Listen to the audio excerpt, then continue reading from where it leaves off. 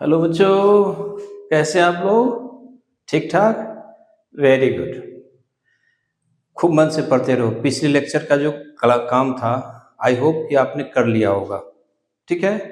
अब फिर आज की क्लास में, आज के लेक्चर में एक नया टॉपिक हम शुरू करेंगे क्लास 12th के लिए मेनली, और वही फाउंडेशन है जेई और नीट के लिए, दोनों के लिए। ठीक है। तो आज का टॉपिक होगा स्टार्ट करते हैं हम लोग।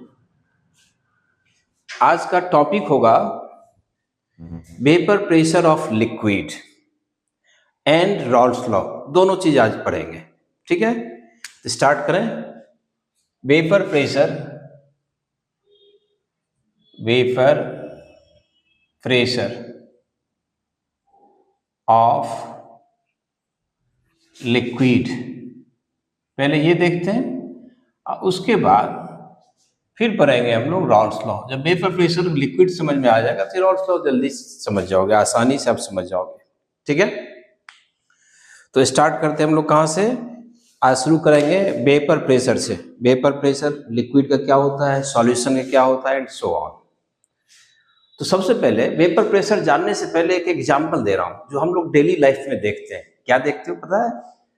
तो आप एक गिलास पानी ले लें और उसको किसी कवर से ढक दें, कांच के गिलास से किसी से आप ढक दें, और शाम में रखो सोते समय। सुबह देखना तो उस लीड के नीचे सुबह मॉर्निंग में देखोगे वाटर ड्रॉपलेट्स रहता है। क्यों रहता है पता है? तो जो वाटर था वो पहले वेपराइज हुआ, वेपर में आया, और चूंकि वेपर बाहर नहीं निकलता है, प्रेशर बढ़ने लगता है, कंसिक्वेंटली फिर कंडेंसेशन शुरू हो जाता है। तो जब वेपराइजेशन और कंडेंसेशन दोनों का रेट, दोनों इक्विलिब्रियम में आ जाए, जिस रेट से वाटर लिक्विड से किस में जा रहा है, वेपर फेज में, है ना, उसी रेट से फिर वेपर क्या होता है, लिक्विड फेज में आने लगता है। तो हम कहते हैं कि वेपराइजेशन और कंडेंसेशन क्या होता है, इक्विलिब्रियम में आ गया। उस कंडीशन में लिक्विड सरफेस के ऊपर जो वेपर मॉलिक्यूल्स होते हैं उसके कारण जो प्रेशर होगा that is called vapour pressure. मतलब हम ऐसे देखें, मान लो एक बीकर में आपने ले लिया पानी, कोई लिक्विड ले लो, बेंजीन ले लो, टॉल्यूइन ले लें, इथेनॉल ले लो, वाटर ले लें आप, सिंपल है ये वाटर। ठीक है, ये वाटर है और इसको आपने छोड़ रखा और इसको आपने एक ढक्कन से इसको कवर कर रखा। ये बीकर है, इसको आपने ढक दिया है, बंद कर दिया है, एक लीड लगा रखा है। ठीक है, बंद हो गया। तो क्या होगा कि लिक्विड, ये है लिक्विड फेस, लिक्विड कोई भी है, और यहां ये वेपर बनने शुरू होगा। These are vapours, vapour phase में आ गया। ठीक है, वेपराइजेशन के कारण ये है वेपर, मतलब लिक्विड से वेपर। इस फेज में इसको आप कहोगे वेपराइजेशन, दिस इज वेपराइजेशन। ठीक है, वेपराइजेशन है ये, लिक्विड से कहाँ जा रहा है, वेपर में। और जब यहाँ काफी वेपर मॉलिक्यूल्स जमा हो जाएंगे तो फिर वो क्या होगा, कंडेंस होना शुरू हो जाएगा, कंडेंसेशन शुरू हो जाएगा। ये जो वेपर है वो फिर इस डायरेक्शन में क्या होगा, कंडेंस होना शुरू हो जाएगा। राइट। तो जब वेपराइजेशन और कंडेंसेशन का रेट इक्वल हो जाए, मतलब इक्विलिब्रियम में आ जाए, उस कंडीशन में अब जितने वेपर मॉलिक्यूल्स बच गए उसके वजह से जितनी प्रेशर एक्सर्ट होता है that pressure is called what, vapour pressure. समझ में आ गया होगा? मैं एक बार लिख देता हूं डेफिनेशन, फिर एक बार समझाऊंगा कि the pressure, the pressure exerted by, the pressure exerted by vapor molecules, vapor molecules, right? The pressure exerted by vapor molecules over the surface of liquid, surface of liquid, ठीक से समझना। इस लिक्विड सरफेस के ऊपर जो vapour molecules है उसके कारण जो वेपर एक्सर्ट होता है, the pressure exerted by vapour molecules over the surface of liquid when vaporisation vaporisation and condensation okay are इन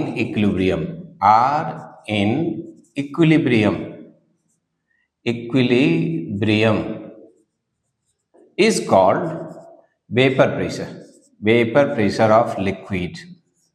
एक बार फिर से आप जानो, डेफिनेशन लिख दिया, समझ में आ जाएगा क्या बता रहा हूं कि किसी लिक्विड सरफेस के ऊपर जो वेपर मॉलिक्यूल्स है उसके कारण जो प्रेशर एक्सर्ट होगा, लेकिन कब कंडीशन है कि जब वेपराइजेशन इस डायरेक्शन में ये वेपराइज हो रहा है, वेपराइजेशन, और इस डायरेक्शन में ये देखो यहां ये डायरेक्शन है कंडेंसेशन का, कंडेंसेशन। तो जब वेपराइजेशन और कंडेंसेशन इक्विलिब्रियम में आ जाए उस कंडीशन में लिक्विड सरफेस के ऊपर जो वेपर मॉलिक्यूल्स है उसके वजह से जितनी प्रेशर एक्सर्ट होगा that pressure is called what, vapour pressure. I think समझ में आ गया होगा। ओके अब इसको कई एग्जांपल देखो, सर्दी के टाइम में, विंटर में आप एक ग्लास में पानी रखो, ढक दो, सुबह देखोगे वाटर ड्रॉपलेट्स कम होगा, लेकिन अभी गर्मी के टाइम में आप जब देखेंगे तो वाटर ड्रॉपलेट्स क्या होता है, ज्यादा। क्यों? तो वेपराइजेशन का रेट टेम्परेचर पर डिपेंड करता है। टेम्परेचर बढ़ेगा वेपराइजेशन क्या होगी, बढ़ेगी, वेपर मॉलिक्यूल्स ज्यादा होंगे। इसका मतलब ये नहीं सोचना कि वेपर प्रेशर बदल जाएगा, ठीक है। तो ये हो गया वेपर प्रेशर की डेफिनेशन। अब हम सीखेंगे किसी लिक्विड का वेपर प्रेशर किन किन फैक्टर्स पर डिपेंड करता है, the factors affecting the vapour pressure of liquid. पहले दूसरी पॉइंट, अब चलो इससे ऑब्जेक्टिव टाइप प्रॉब्लम आता है, नीट सब में, जेई में पूछे जाते हैं कि the factors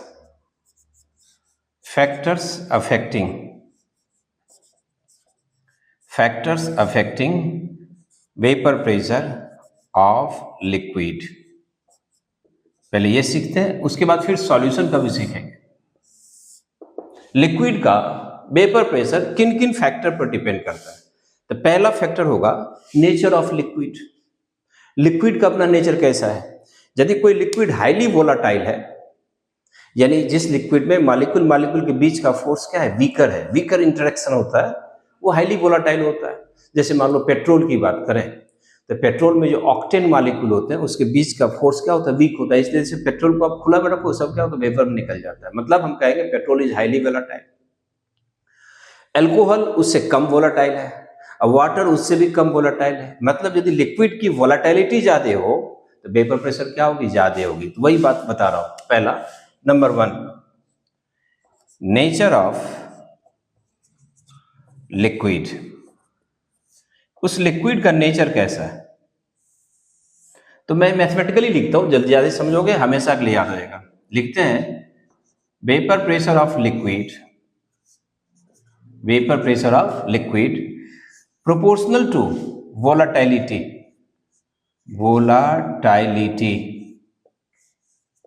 of liquid. Liquid कितना ज्यादा वोलाटाइल है इस पर डिपेंड करता है। हाईली वोलाटाइल होगा ज्यादा होगा वेपर प्रेशर, लेस वोलाटाइल होगा कम होगा वेपर प्रेशर, ठीक है। या फिर इसी को हम लिख सकते हैं, अब बताओ वोलाटिलिटी किस पर डिपेंड करेगा, इंटरमॉलिक्यूलर फोर्स पर। जैसे मैं वाटर की बात करता हूं, वाटर में आप लिखते हो हाइड्रोजन बॉन्ड बना लेते हो ना, H, वाटर हो गया। अब दूसरा वाटर मॉलिक्यूल है, इसको भी देखना, intermolecular hydrogen bond, positive hydrogen होगा पार्शियल पॉजिटिव, ऑक्सीजन होगा partial negative, right, negative positive. अब यहां जो एक इंटरेक्शन होता है आपने पढ़ा होगा, इंटरमॉलिक्यूलर हाइड्रोजन बॉन्ड, यानी इस वाटर मॉलिक्यूल और इस वाटर मॉलिक्यूल के बीच का फोर्स क्या है, स्ट्रांग है। ओके, तो ये फोर्स यदि स्ट्रांग होगा तो वोलाटिलिटी क्या होगी, कम होगी, लेस वोलाटाइल होगा, वेपर प्रेशर क्या होगा, कम होगा। मतलब इंटरमॉलिक्यूलर फोर्स यदि स्ट्रांग है, मॉलिक्यूल एक दूसरे को मजबूती से पकड़े हुए, तो वेपर में जाने की टेंडेंसी क्या होगी, कम होगी, राइट। तो यहां लिखता हूं inversely proportional to intermolecular force in liquid. उस लिक्विड में इंटरमॉलिक्यूलर फोर्स यदि ये स्ट्रांग है तो वोलेटिलिटी क्या होगी, कम होगी, वेपर प्रेशर क्या होगा, कम होगा। मतलब दो फैक्टर याद रखना, वोलेटिलिटी या इंटरमोलिकुलर फोर्स, कोई एक चीज पता रहेगा, दूसरा अपने आप डिसाइड कर लो। यदि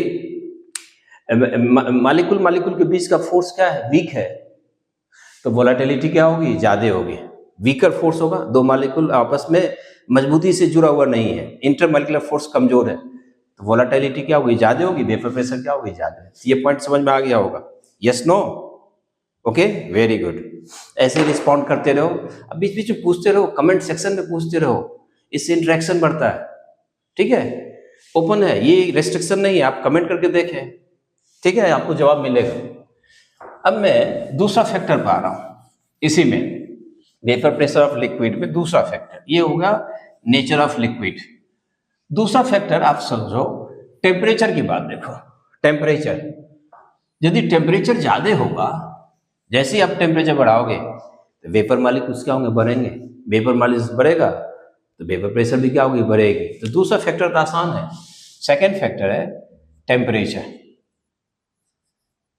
टेम्परेचर, राइट, टेम्परेचर यानी वेपर प्रेशर ऑफ लिक्विड, किसी लिक्विड का वेपर प्रेशर है ना, directly proportional to temperature, temperature के डायरेक्टली प्रोपोर्शनल होगा। टेम्परेचर बढ़ा दो, वेपर प्रेशर बढ़ता जाएगा, लो टेम्परेचर पर वेपर प्रेशर कम हो। एक ही लिक्विड का, वाटर को मान लो आपने रखा 10 डिग्री सी पर, 15 डिग्री सी पर, और वाटर का रखो 50 डिग्री सी पर, 60 डिग्री सी पर, तो टेम्परेचर बढ़ाओगे तो वोलेटिलिटी क्या होगी, बढ़ेगी, बॉन्ड फटाफट टूटता जाएगा, वेपर मॉलिक्यूल्स बनते जाएंगे, वेपर्स मॉलिक्यूल बनेंगे तो वेपर प्रेशर भी बढ़ता जाएगा। सिंपल है, टेम्परेचर बढ़ाओ वेपर प्रेशर बढ़ता जाएगा।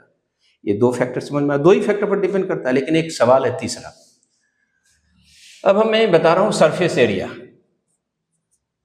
सरफेस एरिया ये काफी इंपॉर्टेंट है, कई बच्चे अच्छे से अच्छे बच्चे कंफ्यूज हो जाते हैं। Surface area of liquid, okay. अब मैं इसके लिए एग्जांपल देता हूं, मान लो आपने एक बीकर में पानी रखा हुआ, वाटर है बीकर में, ठीक है, और फिर वाटर को आपने टेस्ट ट्यूब में भी रख रखा है, टेस्ट ट्यूब सबने लैबोरेटरी में देखा होगा, दिस इज टेस्ट ट्यूब, ठीक है, इसमें भी वाटर है। अब आप बताओ सरफेस एरिया किस में ज्यादा है, आपको दिखाई देगा कि यहां सरफेस एरिया क्या है, ज्यादा है, और यहां सरफेस एरिया क्या है, छोटा है, कम है, okay.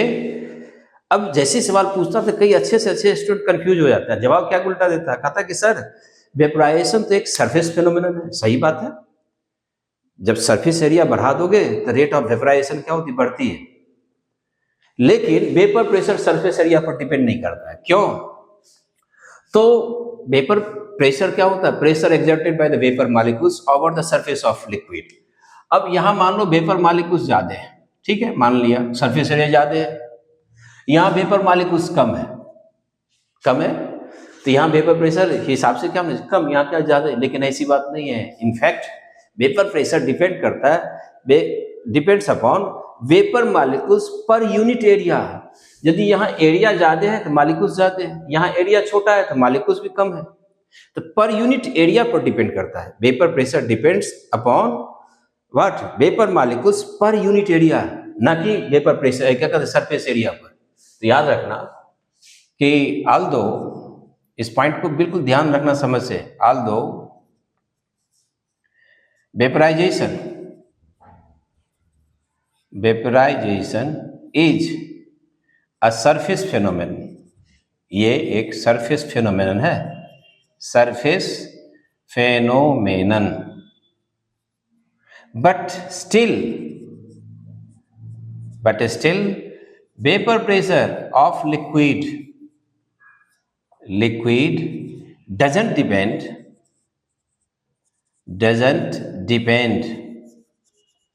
upon what, upon surface area।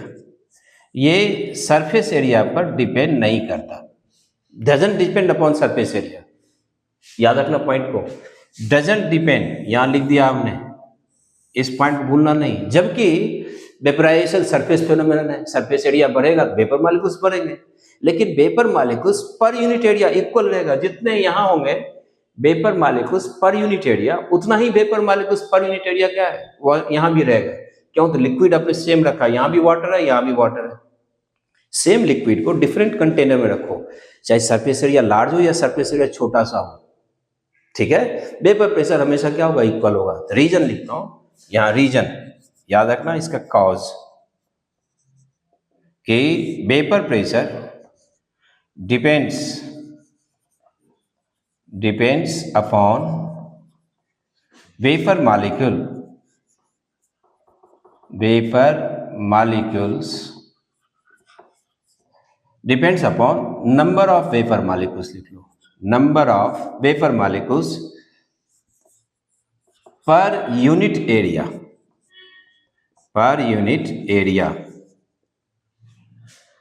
चाहे आप सरफेस एरिया लार्ज रखो या छोटा रखो सरफेस एरिया, ठीक है, number of vapour molecules per unit area क्या होगा? सेम रहेगा, इक्वल रहेगा, कोई चेंज नहीं होगा इसमें। आई थिंक समझ में आ गया होगा। This is very important point, पूछे जाते हैं कि क्या वेपर प्रेशर सरफेस एरिया पर डिपेंड करता है? यस नो, कई ऑप्शंस रहेंगे, तो आप याद रखना वेपर मॉलिक्यूल्स डिपेंड करता है number of vapour molecules per unit area. Unit area में कितने मॉलिक्यूल्स हैं? तो जितने लार्जर सरफेस एरिया में रहेगा मॉलिक्यूल्स या स्मॉलर सरफेस एरिया में लिक्विड मॉलिक्यूल्स है, वेपर मॉलिक्यूल्स संख्या मान लो यहाँ 4 है, यहाँ 2 है, लेकिन पर यूनिट एरिया दोनों में क्या इक्वल है। पर यूनिट एरिया में वेपर मॉलिक्यूल्स जो होगा उस पर डिपेंड करता है वेपर प्रेशर। आई थिंक सबको समझ में आ गया होगा वेपर प्रेशर ऑफ लिक्विड, और ये किन किन फैक्टर पर डिपेंड करता है। ओके, अब चलते हैं, किसी लिक्विड में आपने नॉन वोलाटाइल सॉल्यूट मिला दिया है, नॉन वोलाटाइल सॉल्यूट, सपोज कि आपने ग्लूकोज मिला दिया, यूरिया मिला दिया, नमक मिला दिया, कुछ मिला दो, नॉन वोलाटाइल लिक्विड मिला दिया, ऐसा सॉल्यूट जो नॉन वोलाटाइल है, तब उस सॉल्यूशन का वेपर प्रेशर क्या होगा वो जानो। उसके बाद फिर आएंगे कि दोनों वोलाटाइल हो, यानी उसके लिए क्या पढ़ोगे? रॉल्स लॉ, ठीक है। इसको मैं मिटा देता हूं, ये टॉपिक ओवर हो गया वेपर प्रेशर के बारे में। Now vapour pressure of solution containing non volatile solute, ऐसा सॉल्यूट जो वेपर में कन्वर्ट नहीं होता है, जैसे यूरिया लो, ग्लूकोज ले ले, सुक्रोज ले लो, नमक ले लो, ठीक है, वो वेपर में जाएगा नहीं, सॉलिड है ना। तो यहां लिखेंगे, नेक्स्ट टॉपिक आ जाओ, vapour pressure of solution containing non-volatile solute,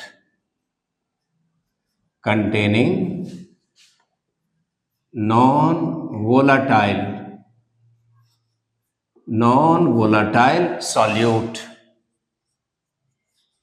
ऐसा सॉल्यूशन जिसमें आपने नॉन वोलाटाइल सॉल्यूट मिला रखा है। समझ में आ रहा है?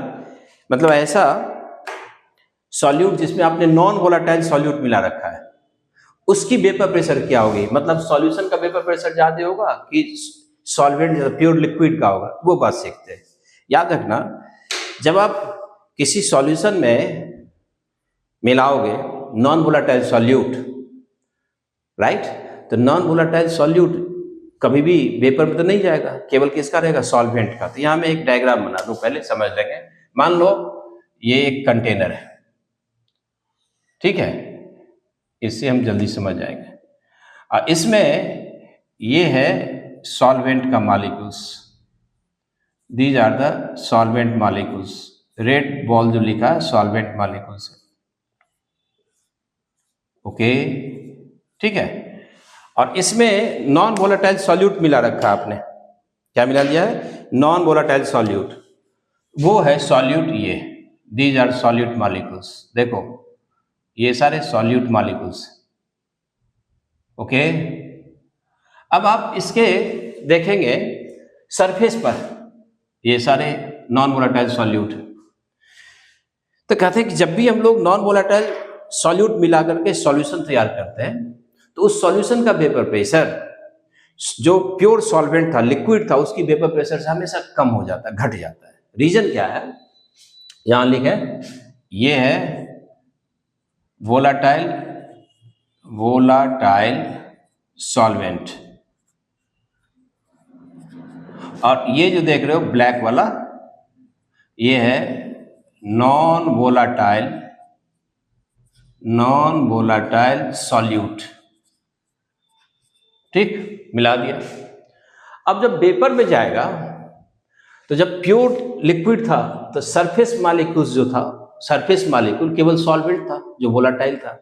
अब हमने क्या मिला रखा है, सॉल्यूट मिला रखा, तो सरफेस पर सॉल्वेंट के अलावा सॉल्यूट भी आ गया। और सॉल्यूट क्या होगा, नॉन वोलाटाइल, ये तो वेपर में जाएगा नहीं, तो वेपर मॉलिक्यूल्स क्या होंगे, कम हो जाएंगे।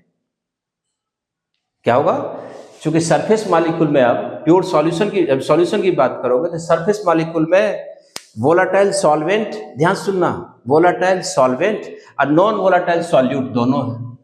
यानी number of vapour molecules, number of जो सॉल्वेंट मॉलिक्यूल्स है उसके नंबर क्या हो गए, कम हो गए, तो वेपर भी क्या होगा, कम होगा। यानी इसके जो वेपर मॉलिक्यूल्स है इसको मैं ग्रीन से बना देता हूं। ये है solvent, vapour, this is vapour of solvent. Solvent का वेपर आ गया। यदि ये लिक्विड प्योर होता तो यहां वेपर मॉलिक्यूल्स क्या होते, ज्यादा होते। क्यों, तो सरफेस पर केवल सॉल्वेंट मॉलिक्यूल था। लेकिन यदि आपने सॉल्यूशन बना लिया है ना, जब सॉल्यूशन बना लिया तो उस केस में नंबर ऑफ जो वेपर मॉलिक्यूल्स है वो क्या होंगे, कम होंगे। क्यों, तो सरफेस पर नॉन वोलाटाइल सॉल्यूट भी आ गया। तो जिस जगह पर सॉल्वेंट था, वोलाटाइल लिक्विड की बात कर रहा हूं, वहां अब क्या हो गया, सॉल्यूट भी आ गया, जो कि नॉन वोलाटाइल है, ये कभी भी वेपर में नहीं जाएगा। ओके, इसलिए नंबर ऑफ वेपर मॉलिक्यूल्स क्या होंगे, कम हो जाएंगे। नंबर ऑफ वेपर मॉलिक्यूल्स कम होगा तो वेपर प्रेशर क्या होगा, कम होगा। इसी को कहते हैं लोअरिंग इन वेपर प्रेशर। ठीक है, तो लिखें कि व्हेन नॉन वोलाटाइल, दो लाइन लिख देता हूं ताकि याद भी रहेगा, non volatile solute is present in solution. Solution में यदि नॉन वोलाटाइल सॉल्यूट मौजूद रहता है, then surface molecules are both volatile solvent and non-volatile solute, दोनों रहेगा, सॉल्वेंट भी रहेगा, सॉल्यूट भी रहेगा। Consequently number of vapour molecule solvent क्या होंगे, कम हो जाएंगे। लिखेंगे so the number of vapour molecules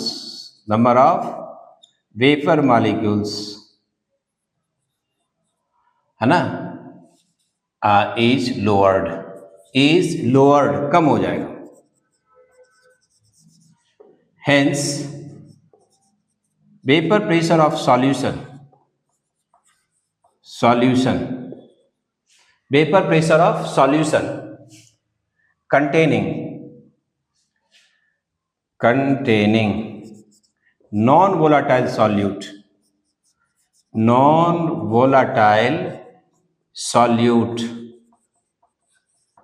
is lesser, घट जाता है। यदि हम लोग प्योर सॉल्वेंट लेके चले, मान लो केवल सॉल्वेंट लेके चले प्योर, दूसरा डायग्राम बनाता हूं तब कंपेयर करना। ये हमने प्योर सॉल्वेंट की बात कर रहे हैं,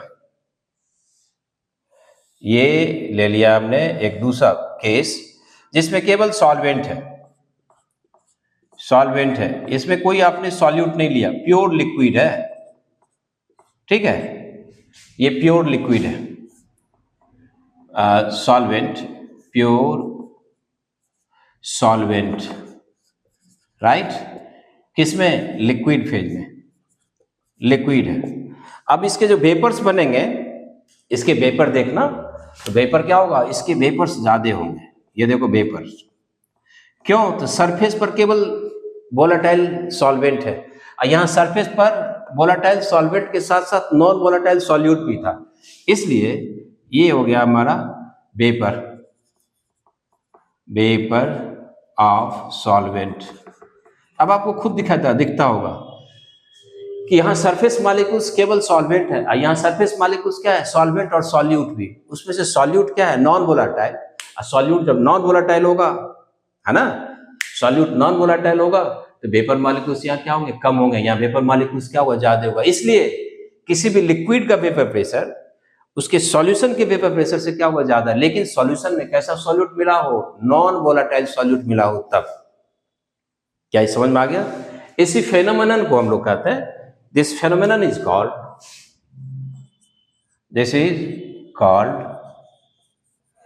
lowering in vapor pressure. This is called lowering in vapor pressure of solution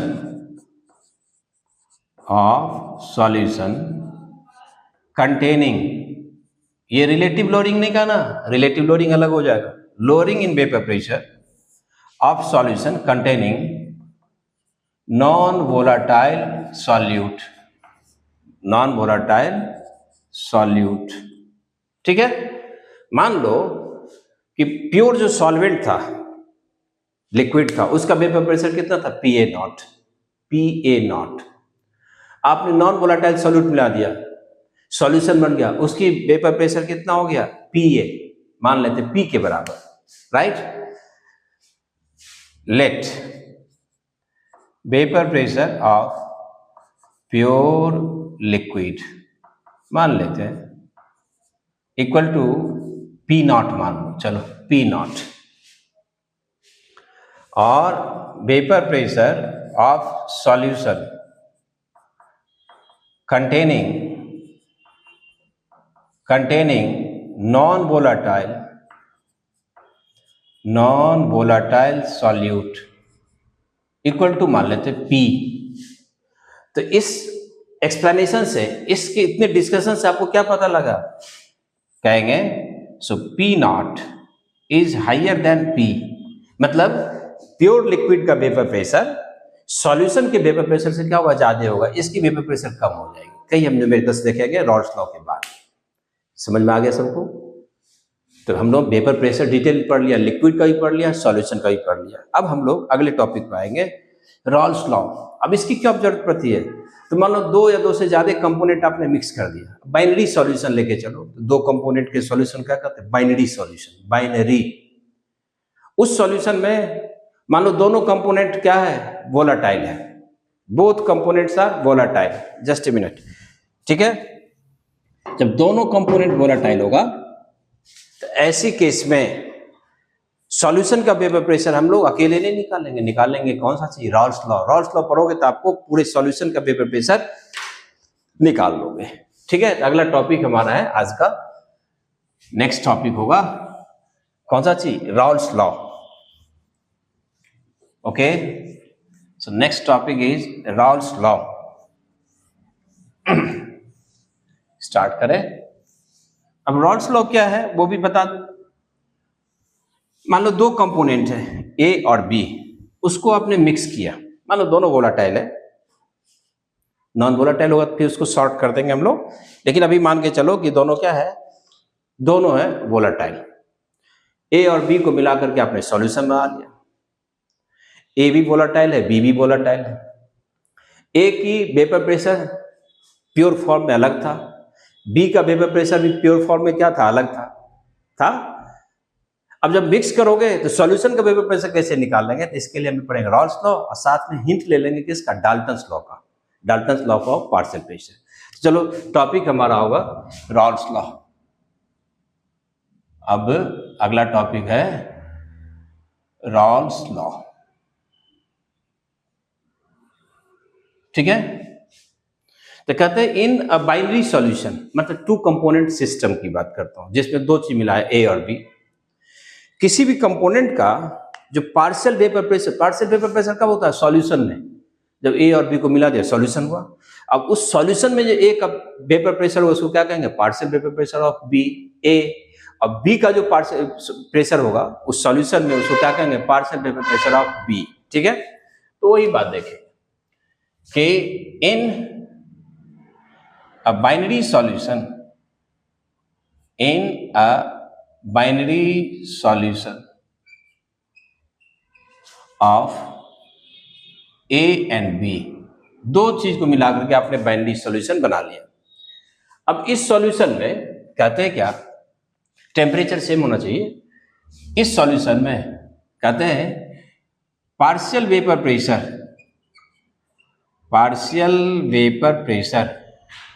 of a component, partial vapour pressure of a component, किसी कंपोनेंट का partial vapour pressure is proportional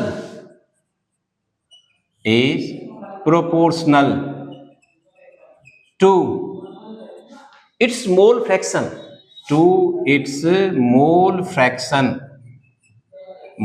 fraction, उसके mole fraction के proportional होते हैं। Partial vapour pressure of a component is proportional to its mole fraction present in the solution,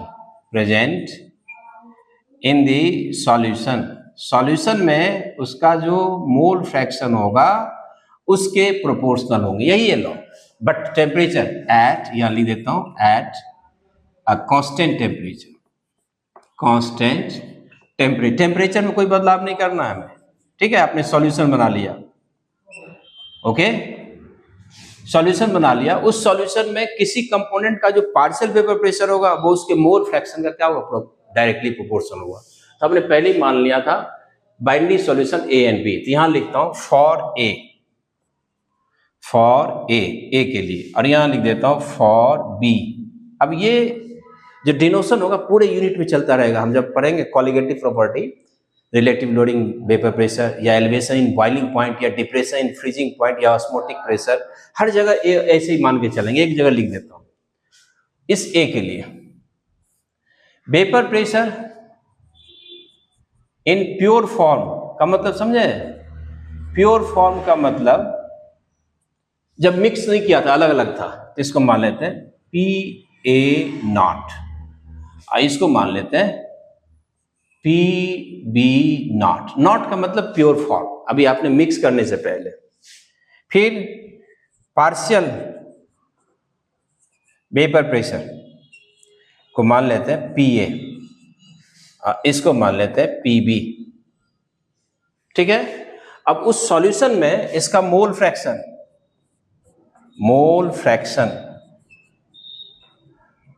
XA, इसको मान लेते हैं XB, XA एंड XB, हो गया। तीन ही चीज लेना है। अब रॉल्स लॉ क्या कहता है कि PA proportional to what, XA, PB proportional to what, XB। किसी भी कंपोनेंट का पार्शियल वेपर प्रेशर उसके मोल फ्रैक्शन का क्या होगा, प्रोपोर्शनल होगा। ये सिंपल सा स्टेटमेंट था, आई थिंक समझ में आ गया होगा, ठीक है। अब मैं ऊपर लिख दूं फिर से, देखो ध्यान से, इजी है समझना। और ये जब रॉल्स लॉ समझोगे, इसी बेसिस पर पढ़ेंगे ideal solution, non ideal solution and so on. ये ए के लिए था, ये बी के लिए था, यहाँ रहने देता हूँ, फिर आप एक बार चेक कर लेना। अभी हमारे पास स्मार्ट बोर्ड नहीं है, वो यूज अभी तो जस्ट शुरू किया मार्च में चैनल, धीरे धीरे करते हैं। पहले इस पर प्रैक्टिस कर रहा हूँ कि आप क्या रिस्पॉन्ड करते हो, है ना। आपको अच्छा लगेगा, आपके कमेंट आएंगे, हम विद इन मंथ इसको कन्वर्ट कर लेंगे स्मार्ट बोर्ड में। थोड़ा साउंड सिस्टम भी ठीक करना होगा तो अच्छा लगेगा आपको, ठीक है। घर बैठे पढ़ते रहो, लेकिन पढ़ते रहो, ठीक है। ठीक है, हमारे क्लास नहीं अच्छा लगता, दूसरा प्रॉब्लम, पढ़ते रहो। आज के डेट में तो इतनी ज़्यादा मीडिया है बच्चों को ज्ञान देने के लिए, आप पर डिपेंड करता है कि आप क्या पढ़ना चाहते हो, ठीक है। तो करेंगे, अभी फिलहाल हम इसी से काम चला रहे हैं। अभी ऐसे सॉल्यूशन चल रहा है इसका 12th का, फिर इसके बाद एक 11th का, ऐसे एक 11th एक 12th, एक 11th एक 12th, ताकि हम साइमल्टेनियसली दोनों क्लास के बच्चों को कुछ फायदा हो। मेरा लक्ष्य यही है कि आप ज़्यादा से ज़्यादा पढ़ते रहें, ठीक है, और ऐसे मुस्कुराते रहो। वेरी गुड, सही। तो अब मैं आ जाऊँ अपने टॉपिक पर, थोड़ी बात कर लेता हूँ, बीच बीच में मन बहल जाता है। यहाँ देखना कि किसी भी कंपोनेंट का जो पार्शियल वेपर प्रेशर है वो उसके मोल फ्रैक्शन के प्रोपोर्शनल होता है। तो PA proportional to what, XA। So according to Raoult's law के अकॉर्डिंग टू रॉल्स लॉ क्या होगा बताना, PA proportional to XA, okay. और प्रोपोर्शनलिटी के साइन को हटा देंगे तो एक कांस्टेंट डालोगे। अब कांस्टेंट में हम क्या डालेंगे, ये भी तो कांस्टेंट ही है। कांस्टेंट टेम्परेचर में पी ए नॉट वैल्यू क्या होगा, कांस्टेंट होगा। So P A equal to P A nought into x है। ये हमारा हो गया कंपोनेंट ए का पार्शियल वेपर प्रेशर। एनसीईआरटी में इसको 1 लिखा है, 1 2 P1 P2 X1 X2। हम चलो हमारी आदत है ए बी लिखने का, लिख रहा है, ठीक है। सिमिलरली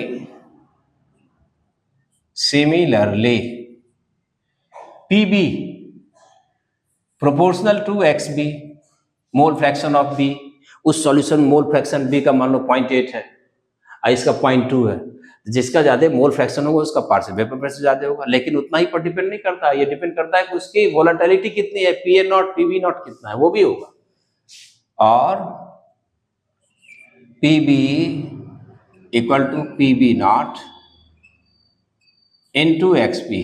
देखो it's very simple to understand.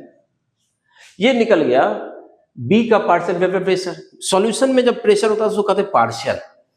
2-3 चीज को मिला के आपने पढ़ा होगा डाल्टन्स लॉ में, पहले भी पढ़ा होगा, हमने खुद आपको मोल कंसेंट बताया था स्टोकियोमेट्री में, ठीक है। जब मिक्सचर में प्रेशर होता है तो उसको क्या कहते हैं, पार्शियल। और चूंकि लिक्विड का है इसलिए वेपर प्रेशर करते हैं। This is partial vapour pressure of B, this is partial vapour pressure of A, this is vapour pressure of A in pure form, मतलब बिफोर मिक्सिंग, सॉल्यूशन में आने से पहले। And this is partial vapour pressure of B, this is mole fraction of A, mole fraction of B. हो गया Rawls law, बस इतना ही है। अब इस बेसिस पर हम लोग एक और डेफिनेशन बता सकते हैं। रॉल्स लॉ को एक दूसरा डेफिनेशन बता रहा हूं, क्या? तो किसी भी सॉल्यूशन में किसी खास कंपोनेंट का पार्शियल वेपर प्रेशर, उसके मोल फ्रैक्शन और उसके प्योर फॉर्म में जो वेपर प्रेशर होता है उसके मल्टीप्लीकेशन प्रोडक्ट के बराबर होता है। दोनों को गुणा कर दो, मल्टीप्लाई कर दो, उतना आपको मिल जाएगा कौन सा, पार्शियल वेपर प्रेशर। सो एक और स्टेटमेंट लिख लेते भाई। जितनी ज्यादा एक ही चीज को जितने लहजे में सीखो, क्योंकि आज का दौर ऐसा है मल्टीपल चॉइस क्वेश्चन में कुछ भी पूछे जा सकते हैं, ठीक है। तो वही बात करेंगे हम लोग। स्टार्ट करते हैं। देखो ध्यान से कि रॉल्स लॉ में ऑल्सो बी स्टेटेड, इसको आप ऐसे भी लिख सकते हैं, stated as constant temperature. Temperature हमेशा कांस्टेंट रखना भाई, एट कांस्टेंट टेम्परेचर। ऐसा क्या सब जो वेपराइजेशन ऑफ टेम्परेचर पर डिपेंड करता है। टेम्परेचर बदल दो तो सारे नियम कानून सब फेल हो जाएंगे। टेम्परेचर सेम रखो, कांस्टेंट रखो। Eight constant temperature partial vapour pressure of any component of solution is equal to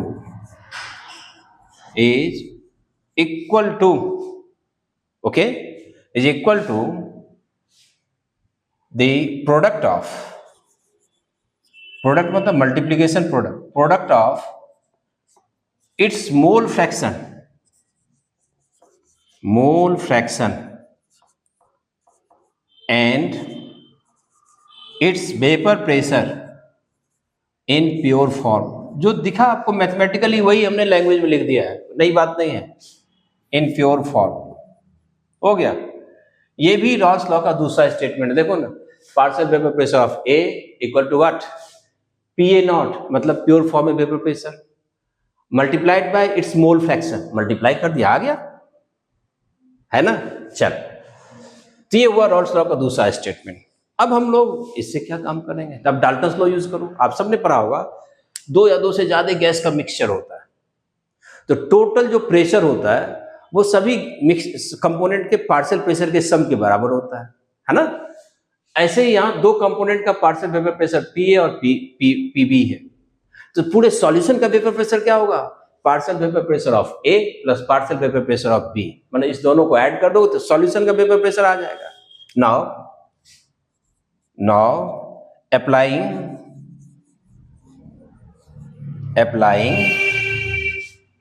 applying Dalton's law. Dalton's law of partial pressure, partial pressure, Dalton's law of partial pressure को apply करो।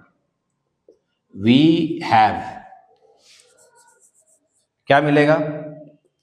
Vapour pressure of solution, solution का vapour pressure equal to partial vapour pressure of A plus partial vapour pressure of B. दोनों को add कर दो, मिल जाएगा कौन सा चाहिए? क्या मिल जाएगा? Vapour pressure of solution. यही तो डाल्टन्स लॉ है, ठीक है। अब ऊपर था मिटा देता हूं, तब आपको अच्छी तरह से दिखेगा। मैं कहीं कहीं बोल्डिंग से लिखता हूं, जो इंपॉर्टेंट रहता है उसको बोल्ड फॉन्ट से लिखता हूं, ठीक है। चलो अब इसको फिर मैथमेटिकली कर ले, तब पता चलेगा। क्योंकि इसी बेसिस पर हम लोग सीखेंगे आइडियल और non ideal solution. Ideal and non ideal solution का कंसेप्ट यहीं से आएगा। इसलिए वेपर प्रेशर ऑफ सॉल्यूशन है, क्या लिखोगे? वेपर प्रेशर ऑफ सॉल्यूशन, मतलब यहां लिखता हूं P equal to PA plus PB। क्या लिखा? P is the total vapour pressure of solution, मतलब vapour pressure of solution, and PA equal to उस सॉल्यूशन में जो A था उसका पार्शियल वेपर प्रेशर, और ये क्या हो गया? Partial pressure vapour pressure of B, okay. और P इक्वल टू, अब PA को क्या लिखेंगे? रॉल्स लॉ यूज करो, मतलब आप जो फॉर्म लिख रहे हैं हम उस पर रॉल्स लॉ भी है, डाल्टन्स लॉ भी है। अब PA की जगह क्या लिखेंगे? PA not into XA। PB की जगह क्या लिखेंगे? PB not into XB। This is combined form of Raoult's law and Dalton's law, दोनों को मिला दिया। यहां लिख दो P equal to vapour pressure of solution. इस सॉल्यूशन का वेपर प्रेशर क्या है? P है। निकल गया? तो इस इक्वेशन को तो हमेशा याद रख लेना, नंबर 1। अब मैं एक इसमें कंडीशन अप्लाई कर रहा हूं, पहले भी बताया था। मान लो इस दो कंपोनेंट A और B में से कोई एक कंपोनेंट नॉन वोलाटाइल है। भाई नॉन वोलाटाइल है, इसका मतलब वेपर में नहीं जाएगा। वेपर में नहीं जाएगा तो उसकी प्योर फॉर्म में जो वेपर प्रेशर वो क्या होगा? 0। ये 0 होगा तो ये भी क्या होगा? 0 हो जाएगा, है ना। अब बाइनरी सॉल्यूशन है, उसमें से कोई एक कंपोनेंट नॉन वोलाटाइल है, तो तब सॉल्यूशन का वेपर प्रेशर किसके बराबर होगा? Partial vapour pressure of what? Volatile components only. जो कंपोनेंट वोलाटाइल है उसके पार्शियल वेपर प्रेशर के बराबर होगा। नॉन वोलाटाइल का तो 0 हो जाएगा, ठीक है। नाउ एक स्पेशल केस बना रहा हूं, एक स्पेशल केस है, याद रखना। If one of the component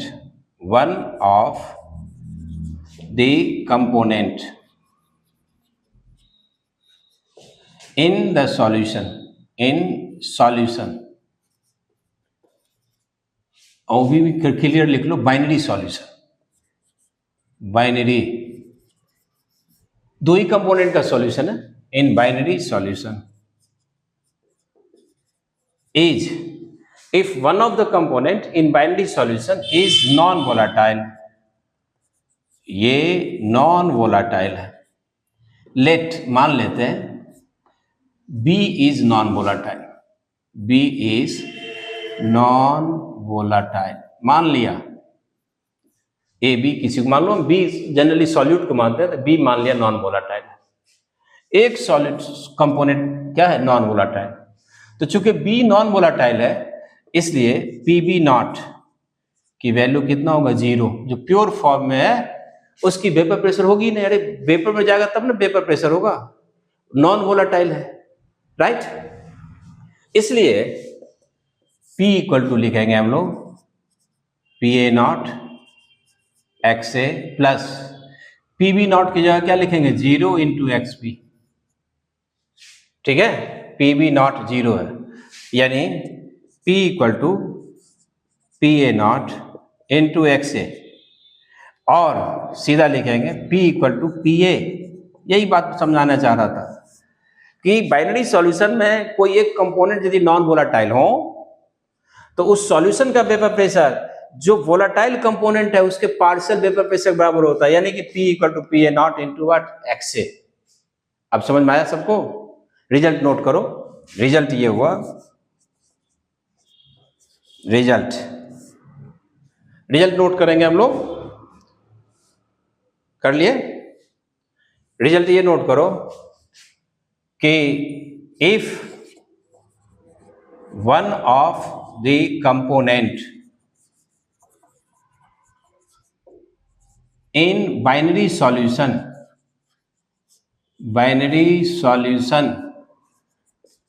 is non-volatile, then vapor pressure of solution is equal to partial vapor pressure of volatile component।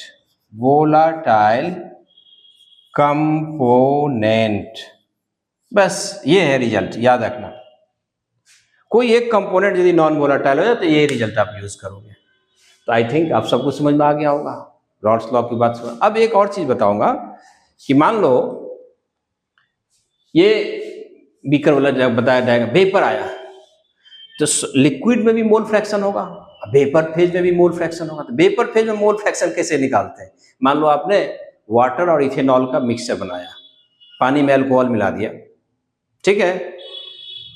तो जब लिक्विड होगा तो पानी का भी मॉलिक्यूल होगा और अल्कोहल इथेनॉल का भी मॉलिक्यूल होगा, और जब वेपर जाएगा तो वेपर में भी दोनों का होगा मॉलिक्यूल्स। तो लिक्विड फेज में मोल फ्रैक्शन अलग होगा और सॉलिड फेज में, सॉरी वेपर फेज में मोल फ्रैक्शन क्या होगा? अलग होगा। तो अब हमारे पास वही एक टॉपिक रह गया, ताकि उस पर भी प्रॉब्लम आता है। एक न्यूमेरिकल भी देके बता देते हैं आपको, एनसीईआरटी का एग्जांपल दे रहा हूं ताकि आप सबको समझ में आ जाए, ठीक है? अब ध्यान से पढ़ो। और मैं बार बार कहता हूं, आपसे अपील कर रहा हूं कि जब भी कोई बात समझ में नहीं आए तो आप जरूर हमसे पूछें। हम आपकी सेवा में हमेशा मौजूद रहेंगे। जैसे कोई कमेंट करो, मैसेज करो, कमेंट के थ्रू बेहतर है कि कमेंट के थ्रू अपनी मैसेज पास करें, तो आपको हमें पता चल जाएगा, ठीक है?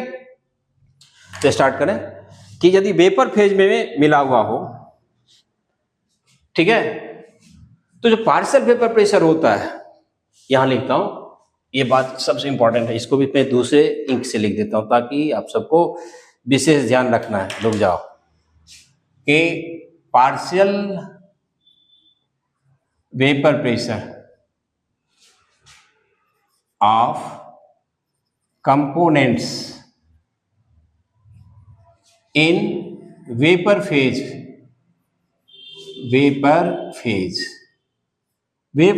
में पार्शियल वेपर प्रेशर निकालने का क्या तरीका है, ठीक है? ये बात एक मिनट, जो इसको हम मार्कर बंद कर दें, क्या होता है ये फिर काम नहीं करेगा। चलो, तो याद रखना PA मतलब partial vapour pressure of A equal to, liquid phase में हमने मोल फ्रैक्शन क्या मान लिया था? XA। यहां समझने के लिए Y मान लेते हैं, तो याद रखना ये हो गया YA इनटू, आप लिखेंगे pressure, total pressure, vapour pressure P total, याद रखना, and PB equal to partial vapour pressure of B equal to YB into P total. ये फॉर्मूला याद रखोगे तो सारे प्रॉब्लम वेपर फेज में भी मोल फ्रैक्शन आप निकाल लोगे, ठीक है? हेयर, इस पॉइंट को नोट करें, here YA equal to mole fraction of A in vapour phase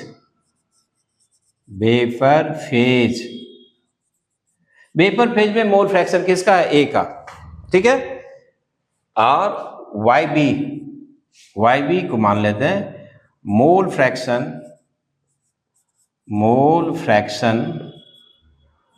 of B in vapour phase में मोल फ्रैक्शन B का हो गया।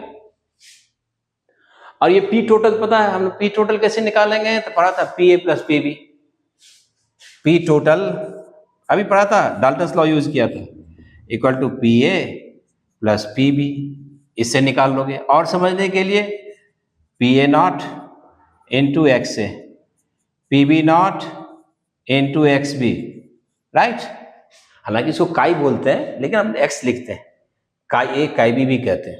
अब से देखो, ये एक्स ए उसी ए का मोल फ्रैक्शन है, किस में? लिक्विड फेज में। और एक्स बी क्या है? मोल फ्रैक्शन है बी का, किस में? लिक्विड फेज में। X A equal to mole fraction of A in liquid phase,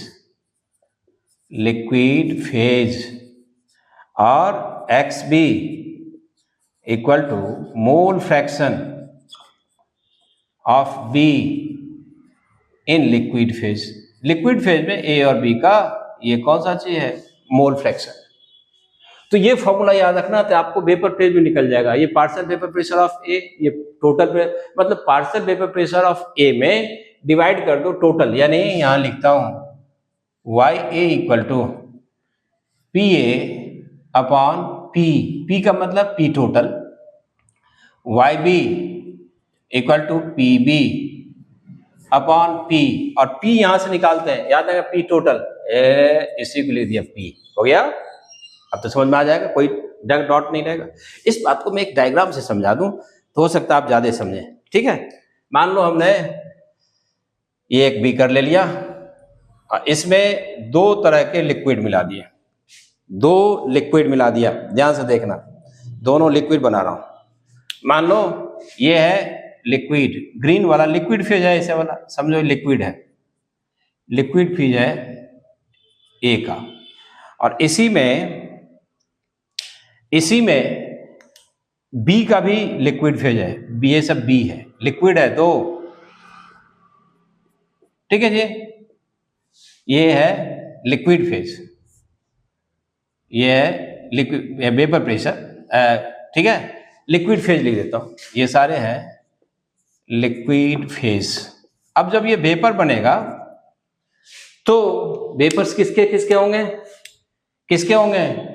ए का भी होगा वेपर्स, देखो अभी हमने ओपन फ्लास्क रखा है ताकि आप देखें, और इसमें बी का भी वेपर्स होगा,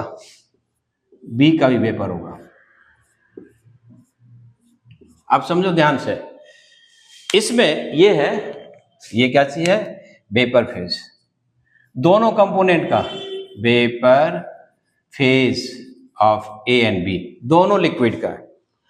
अब इसमें एक मिनट, मार्कर थोड़ा हटा, देखो इसमें मोल फ्रैक्शन जब होगा, इसमें मोल फ्रैक्शन क्या सब होगा? इसमें होगा X A and X B, और जब ये वेपर में कन्वर्ट होगा, ये भी तो मिक्सचर होगा ए और बी का, इसमें जो मोल फ्रैक्शन होगा उसको कहेंगे Y A and Y B. अभी हमने जो सवाल आपसे पूछा था, थ्योरी बताया है, लिक्विड फेज में मोल फ्रैक्शन क्या है? एक्स ए एक्स बी, और ये क्या है? वेपर फेज में है Y A and Y B. तो वेपर फेज में निकालने के लिए आप ये फॉर्मूला जरूर याद रखो, एक याद रखो, दूसरा अपने आप याद हो जाएगा। तो आज की क्लास में एक न्यूमेरिकल बता दूं, है टाइम? हाँ है, चलो एक न्यूमेरिकल बता देता हूँ, एक न्यूमेरिकल दे लें, या एक मिनट जब मुझे निकालना पड़ेगा बुक से। चलो एक लंबा प्रॉब्लम देता हूँ इसी को समझाने के लिए, एनसीईआरटी का ही प्रॉब्लम दे रहा हूँ एक, ठीक है, ताकि आप सबको न्यूमेरिकल, देखो थ्योरी जब आप ठीक से पढ़ोगे तो न्यूमेरिकल तो कर लोगे, फिजिकल केमिस्ट्री में न्यूमेरिकल, और न्यूमेरिकल के लिए मतलब कौन सा चीज? थ्योरी पढ़ो। चलो नेक्स्ट क्लास में बताते हैं, अब ये क्लास हमें लगता है लंबा हो गया, ठीक है, और मन से पढ़ो, आप एश्योर करें। और बेटे यदि आपको अच्छा लगता है, हमसे हमारी पढ़ाई से थोड़ा भी फायदा होता है, तो सब्सक्राइब जरूर करो और अपने फ्रेंड को शेयर करो।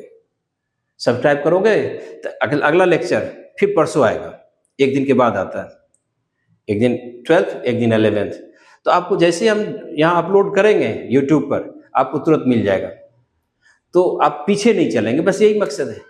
लाइक करो, सब्सक्राइब करो, आपको भी मन लगेगा, हमें भी मन लगेगा। Okay, bye bye, take care. सेहत का जरूर ध्यान रखना, स्वस्थ रहोगे तभी सब काम होगा। बाय।